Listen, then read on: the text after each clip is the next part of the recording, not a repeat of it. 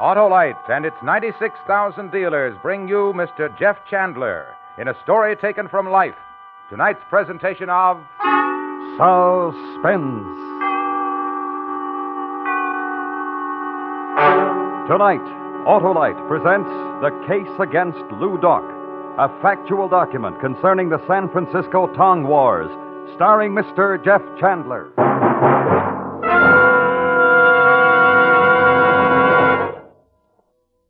Hello, Harlow. Hi, Hap. How's it going? Oh, horrible, if you mean my car. It wastes gas. It's tough to start. Yeah. Well, why don't you go straight, Hap? Straight, Harlow? Sure. Straight to your nearest Autolite spark plug dealer for a spark plug checkup. You see, Hap, the spark plugs are the heart of your car's ignition system, and they've got to be right. Now, he's got the exclusive Autolite plug check indicator that tells in an instant whether your spark plugs are right for your style of driving. Well, suppose my plugs only need cleaning. Why, Hap, your Autolite spark plug dealer has the specialized equipment to do the job properly. And if replacements are needed, he'll recommend ignition-engineered Autolite spark plugs, resistor or standard type, to give you smoother performance, quick starts, and gas savings. So, friends, see your neighborhood Autolite spark plug dealer soon. And remember, from bumper to tail light, you're always right with Autolite. And now, with The Case Against Lou Doc and the performance of Mr. Jeff Chandler, Autolite hopes once again to keep you in suspense.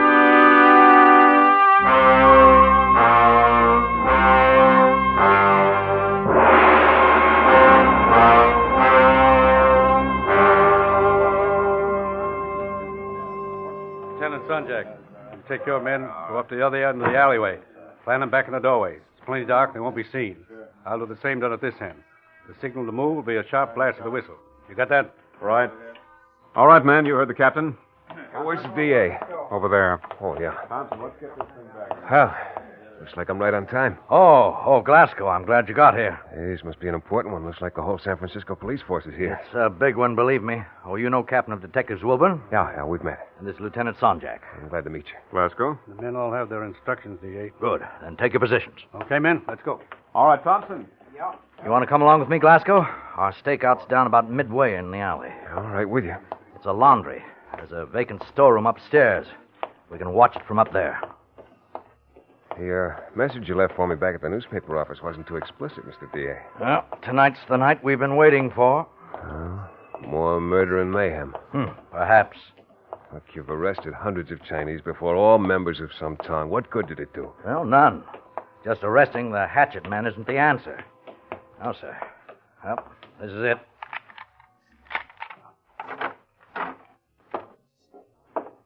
Smells empty. The Chinese laundryman who ran this shop was hacked to death in the last Tong battle they held along here. Come along. It's up those stairs. Who's having it out tonight? The Hop Ying Tong and the On Sings. Well? Kum Ji Ho and Lou Doc. Yeah. The two most popular and powerful Tong leaders. I agree with you as far as Kum Ji Ho is concerned, but as for Lou Doc... I'm more determined than ever to get him. This man lives a double life, Glasgow. By day, a sweet, smiling, and innocent silk merchant. And by night, a ruthless murderer of his countrymen. He won't stop the Tongs by convicting Lou Doc. Well, we'll be able to see everything from this window. Clear night. Yeah. 1,000,000 stars in the sky. We stood next to the open window above the laundry shop, fearless District Attorney Red Muccia and I, and we waited. From the window, we could see down into the dimly lit street called Sporefoot Alley. A narrow street lined on either side with butcher markets, curio shops, tea parlors, and more laundries. And some of those shops, fronts for hidden gambling dens, sultry, air-oppressed opium dens. Lou Doc, the man the DA accused of being the most notorious Tong leader in San Francisco, was all of that. But he was more. Lou Doc was my friend. He was a man of principles. Born in San Francisco and wanting to adapt himself to the ways of his Western brothers, he'd learned to speak, read, and write a pronounced English. He'd educated himself in the thoughts and ideas of the Western world. I knew Lou Doc. And I had my doubts that he was going to show up in Spofford Alley tonight. Cigarette, Glasgow? Yeah, thanks.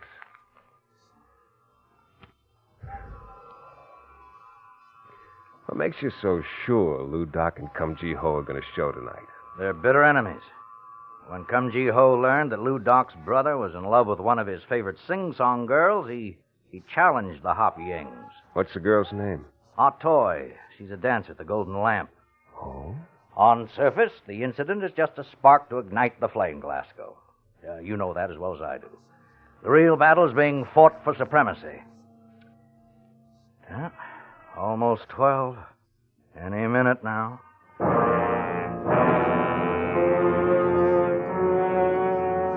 We didn't have long to wait. Because at exactly 12 o'clock, a loud, shrill cry rang out at one end of Spofford Alley. And at the other end of the alleyway, the reply. And another full-scale Tong war began.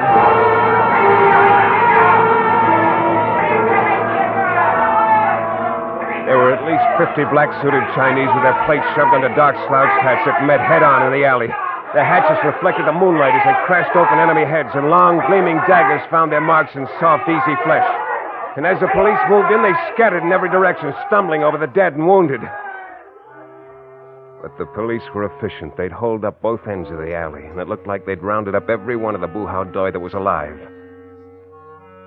The district attorney paced the floor of the storeroom, his hands nervously twisting behind him as he waited for his captain of detectives to report to him. Then we heard heavy steps coming up the stairs. In a few moments, 3 men appeared at the head of the landing. Captain Wilburn, his Lieutenant Sanjak, and a smiling, dark-haired Chinese with his hands tied behind him. D.A. Oh, where's the other one? He disappeared. What do you mean he disappeared? I don't know, D.A. He was in mixing it up with the rest of them. I know, I saw him. But after we had the rest of them rounded up, I couldn't find him. How did you know it was Lou Doc, Captain? The big head. I recognize his big head. You can't accuse a Bring man that other one over here. Okay. You, move. This is the one they call Cum Ji Ho. I know why you started this one, Cum Ji Ho. Oh, yes. How did Lou Doc manage to escape? Oh, yes. Lou Doc. Very fine silk merchant. Yes. Don't stall with me. It'll go a lot easier on you. You know you're not going to get this man to talk. We'll see about that. Now, I want the names of every Buhao Doi that fought in the alley tonight. Chang, Talo, Diang. What was that? I think he said he wants his lawyer before he speaks another word. Correct. A lawyer? Yes. Thank you. Well, I never heard of Looks any... like tonight wasn't the night you thought it was going to be, D.A. I'm afraid your net results are 0.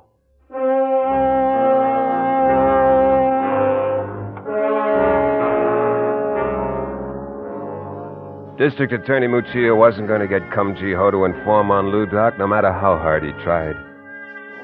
For a Tong member to testify or inform on another, even your most hated enemy, which was a rival Tong, was certain death. And in most cases, members of your own Tong would carry out the death sentence. In the wild confusion of that battle, it would have been impossible to tell whether Lou Doc had taken part in it. Captain of detectives sworn he'd seen him. I wanted to know for sure, so the following morning I went to his house of business. The little old Chinese sitting behind the counter didn't even glance up at me as I entered. I walked over to the door of Lou's office and knocked. A voice yelled enter in Chinese, and I did. I opened the door. Seated behind a bleached rattan desk sat the man with his big head, rocking back and forth. Lou Doc. Hello, Dan. It is nice to see you again. It's nice to see you. Please to sit. I was just about to serve tea. Thanks. Oh, I beg your pardon. This Dan is my beloved brother, Tommy.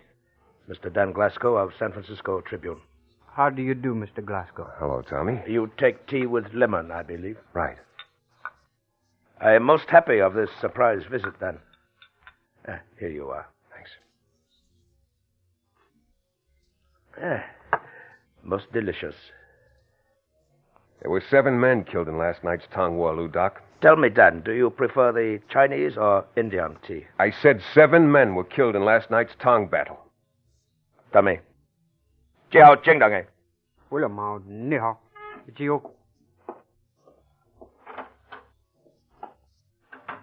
What's the matter? My words too strong for your brother's sensitive ears? Dan, if you were not a true friend, I would easily kill you with my own hand for such remark. I'm sorry, Lieutenant. You, as I, believe in righteous principles. It was upon this discovery that I grow very fond of you. I've honored our friendship. In the ways of your Western world are many things that my people do not understand. Among my people are certain things which the Occidental does not understand. But cold-blooded murder is not a way that either world should have to understand. True. But I have read in the Western world books, I read of organization called California Vigilance Committee. Oh, look, that committee is to protect the innocent from the guilty. Yes, no argument. But for the protection. In Hop Ying Tong is protection for my people.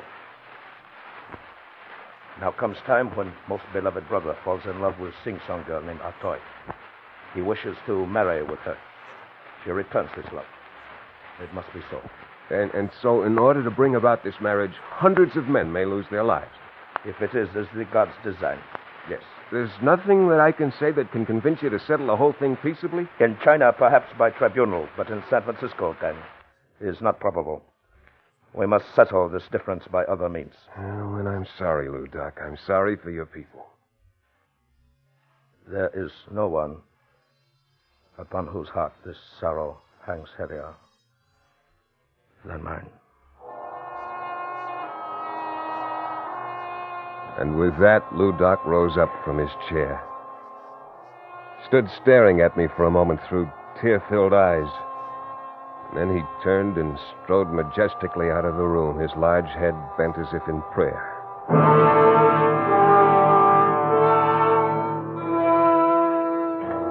In the weeks that followed, for some unknown reason or other, the Tong Wars slowed down to practically a standstill. There'd been only a couple of hatchet murders in 2 months. Oh, it seemed almost too good to be true. And then, on January 4th, I received a phone call from the DA's office about 4 in the afternoon. His voice had a smile in it. Well, it took someone else to do it, Glasgow, but it was done. What was done? About an hour ago in Ross Alley, 2 Tong men shot a man and then hacked his face to ribbons with their hatchets. When Captain Wilburn got down there, he identified the man. Who was it? The man we've been after. Your good friend, Lou Doc.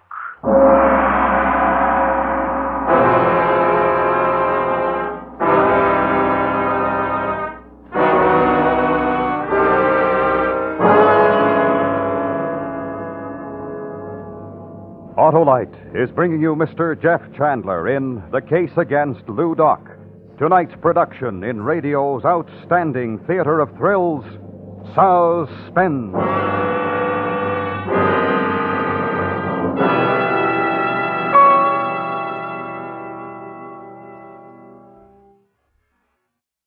Say, Harlow, just what does ignition engineered mean? Well, Hap, it means that Autolite spark plugs are tops in quality and performance. That's because they're designed by the same Autolite engineers who designed the coil, distributor, and all the other important parts that make up complete ignition systems, used as original equipment on many leading makes of our finest cars, trucks, and tractors. Well, that's a pretty good reason to use them, Harlow. It's the best, Hap.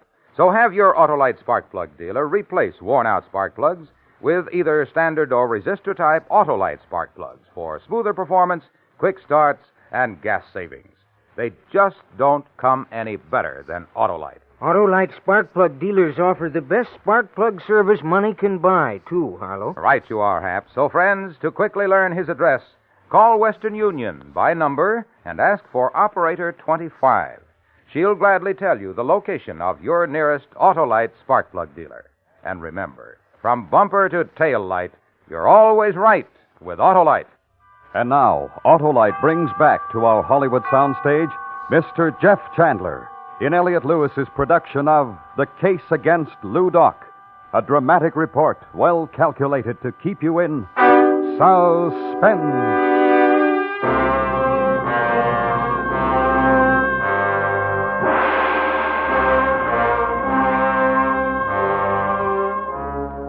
Lou Doc had been my friend, and the realization of what an impact his death would have on his following hit me. It was to be a great loss for them.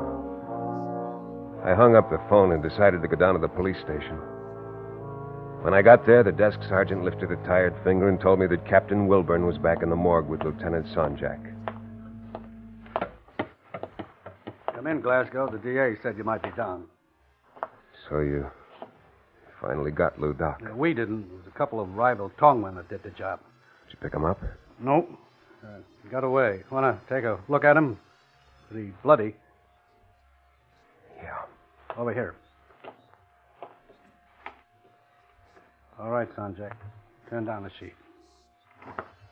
No. See what I mean when I say bloody? His face. His own mother wouldn't recognize him. How do you know it's Lou Doc? By the head. Take a look at the head, what's left of it. Doc had a big head, almost out of proportion to the rest of his body. That's how I know it's him. But still, Look, Glasgow, the DA's told me how you feel about this guy. I don't want any trouble from you. This man is Lou Doc. I positively identify him as the notorious tongue leader of the Hop Yings. Do you care to challenge that statement? No. No, of course not. Then you will admit this is Lou Doc. Sure, Captain, I admit it. That's Lou Doc.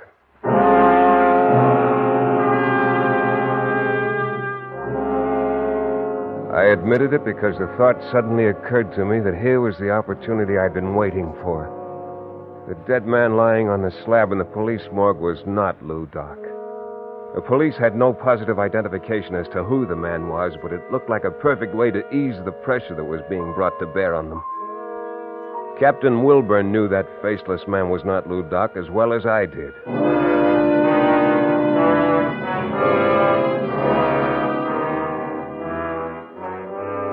The following morning, I went to the business house of Lou Doc, the silk merchant.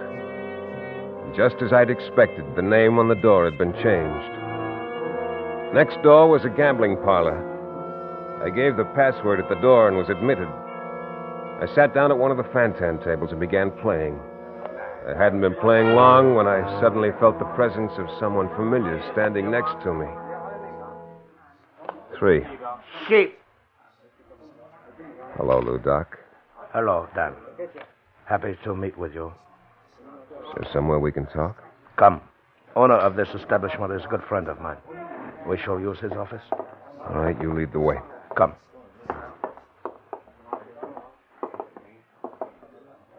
In here. Now, we are alone. Yeah, you're still hale and hearty, even though you're dead. That is not good joke. Take it you read the morning papers. Oh, yes. In time to change the name on your place of business. You were pleased to see elimination of Lou Doc, weren't you, my friend? You want the truth? Our most precious bond, Dan. Yes, Lou Doc, I was, because now it's no longer necessary for you to work with any tongue. It surprises me that you, of all persons I respect, should think that way. There's great work yet to be done among my people. Forget the work, Lou. It's a battle that won't be won until every tongue is disbanded. And if I leave, what then? Kumjiho and his tongue take over leadership in San Francisco? The terror that exists now will seem, my friend, a mere particle? Well, what about the police? The police are satisfied, you know that. The notoriety and publicity that have gone before will no longer continue to follow me.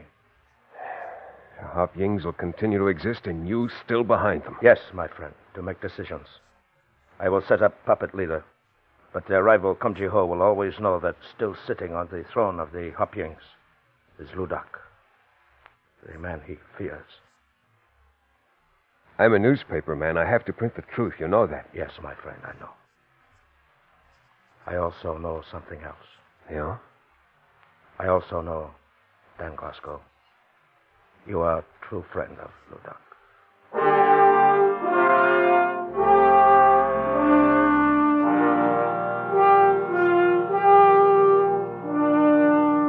And he was right. I knew the fight within myself had begun. To know that he was still alive, and yet never to print that fact. Because in doing so, I'd have to betray his friendship. A windy night in February, I was working late in the office. It was about 8 o'clock when one of the reporters came in and told me that Tommy Yu Shu, Lou Doc's brother, had been trapped in the cafe of his dancer girlfriend, Artoy. I rushed down to Dagger Alley. There wasn't a soul in sight. I started to walk. It was cold and Heavy wind was blowing, but my hands were soaking wet with perspiration as I made my way up the cobblestone walk to the Golden Lamp. I imagined 100 eyes staring at me from dark doorways. Then I was in front of the cafe. I walked up to the door. It was bolted.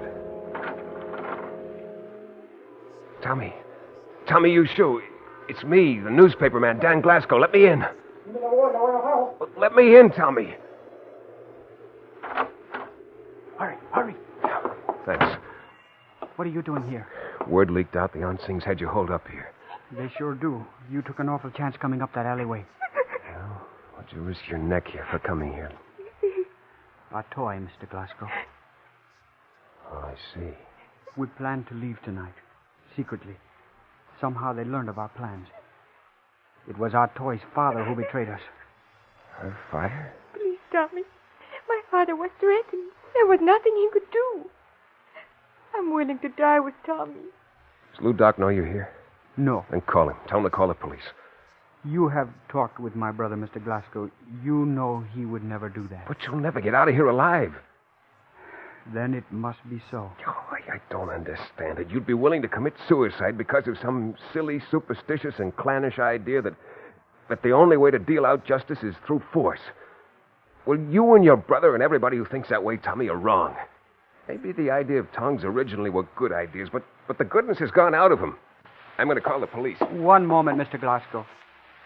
I'm sorry, but I cannot allow you to do that.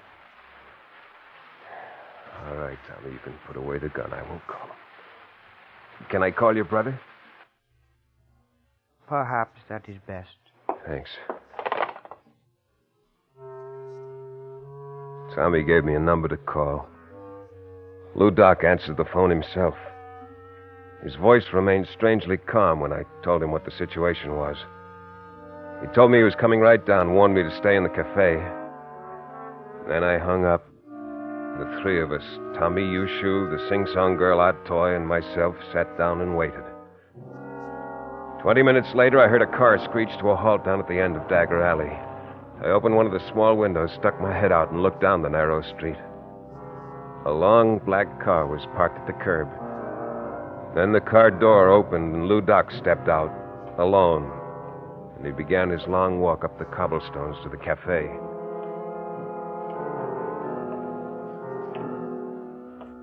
He walked slowly, staring straight ahead, his body firm, rigid, in one position. It was just the movement of his legs.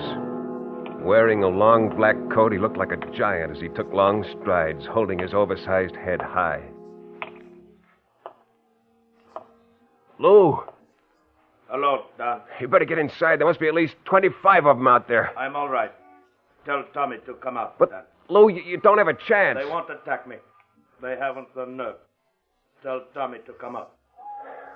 Tommy, he wants you to go with him. I've got to go, Atoy, but I'll be back for you.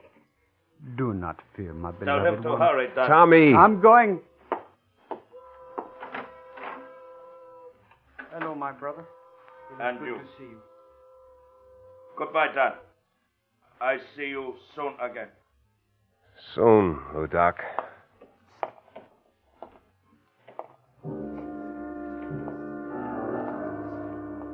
The two of them began their long walk back to the end of Dagger Alley. Lou Doc's hand closed tightly around his brother's arm, walking slowly but steadily toward the black car. They weren't 10 feet from it when from out of one of the dark doorways a figure jumped into view. It was Kum Ji-ho. Kum Ji-ho let go with 4 wild shots. Lou Doc whirled, covering his brother, at the same time whipping out a gun and firing. Tommy opened the door of the car, got in and started it up. Then Lou Doc fell to his knees, still firing. Tommy gunned the car away. Lou Doc pitched forward on his face, emptying his gun. Kum Ji-ho dropped to the pavement, clawing at his bloody face. He twitched for just a moment. And then he lay still.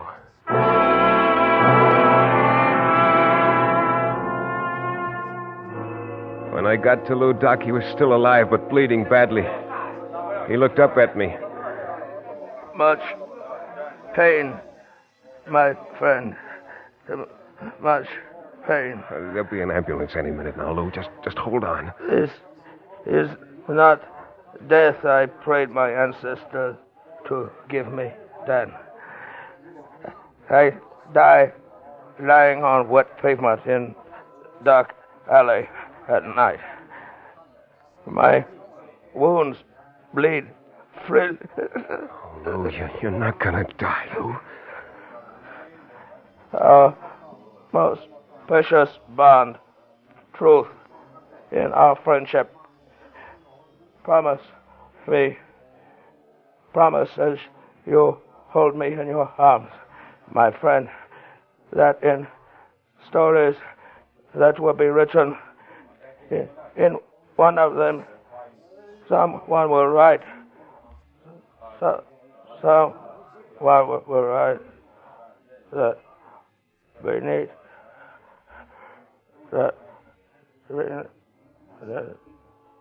Beneath the cloak of the legend of his notorious reputation, there existed a man who believed in the principles of righteousness for all his fellow men. Who is there who can sit in judgment and proclaim that there was any case but goodness against the man named Lou Doc?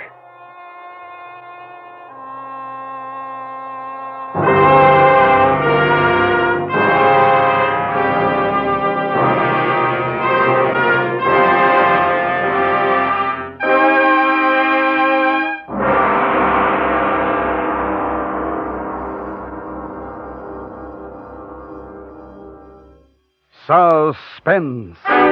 Presented by Autolite. Tonight's star, Mr. Jeff Chandler. This is Harlow Wilcox speaking for Autolite, world's largest independent manufacturer of automotive electrical equipment. During the early months of 1952, the Autolite family will join together in saluting the leading car manufacturers who install Autolite products as original equipment right on their assembly lines. Our Autolite family is made up of the nearly 30,000 men and women in 28 great Autolite plants from coast to coast, and in still other Autolite plants in many foreign countries. Our family also includes more than 18,000 people who have invested a portion of their savings in Autolite, as well as 96,000 Autolite distributors and dealers in the United States and thousands more in Canada and throughout the world. The Autolite family will have the privilege of saluting the Plymouth division of Chrysler Corporation on the next Suspense television program. If you live in a television area, check the day and time of Suspense on television so that you won't miss this program. And remember, from bumper to tail light, you're always right with Autolite.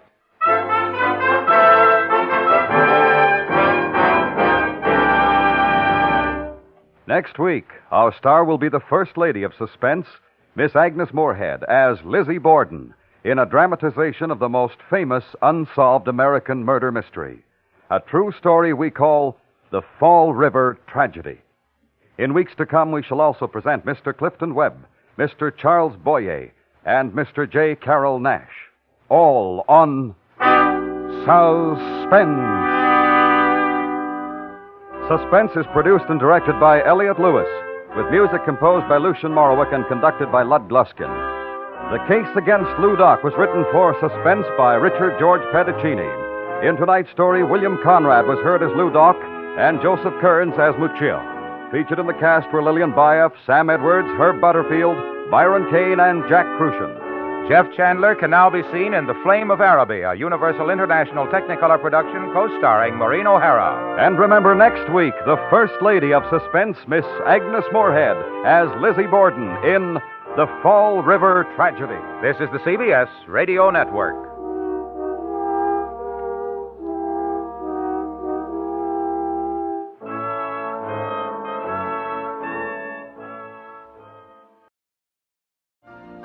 You've been listening to the OTR Gold Network.